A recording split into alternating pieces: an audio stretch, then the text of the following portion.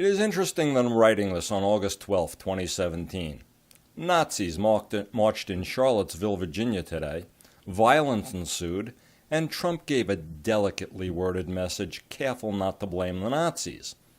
That's because Trump ran openly as a racist. The Klan is his base, and they bragged when they won and got their man. Steve Bannon and Steve Miller are his guys. Look them up if you aren't familiar with the white supremacists in the White House. And just because shortly after this, Bannon left the White House, he's still in Trump's ear, and he's running Breitbart News to help the cause. Trump spread the blame around about that violence just like he did when he said that America had a lot of killers, drawing a moral equivalency to his owner, Vladimir Putin. Trump would seize absolute power if he could, like Hitler did. His xenophobia and racism are who this ignoramus is at his core. We let the loudest buffoon at the end of the bar be president. He emboldened them today because they know he has their backs. He's been trying to destroy our governmental institutions and the press to break down opposition. If he can pull off what Erdogan did in Turkey, or Putin in Russia, or Duterte in the Philippines, he will. Hitler was democratically elected. This brings us back to divide and conquer.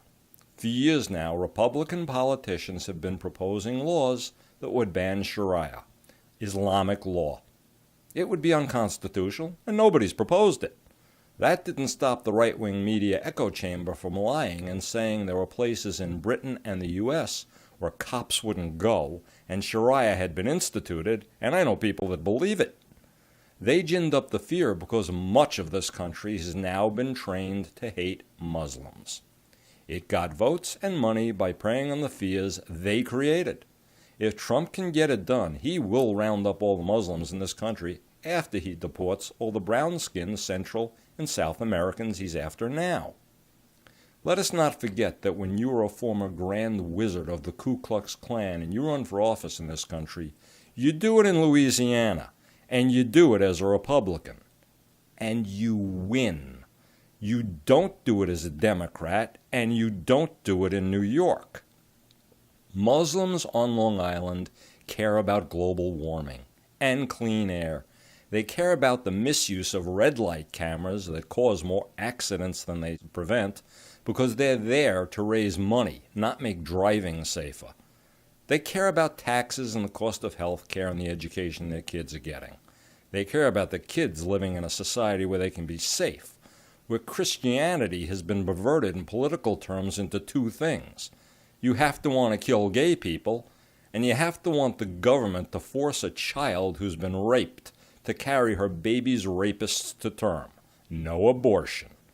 Unless, of course, it's a Republican politician's teenage daughter. If she's pregnant because she took a moronic virginity pledge and didn't learn what she should have in health class, well, then it's a personal matter and you should respect the family's privacy in this stressful time. Then there'll be an abortion. There have been far more terrorist acts of violence committed on U.S. soil by people claiming to be Christians than there have been by Muslims, and it isn't close. You know who I hear talk about protecting Muslims?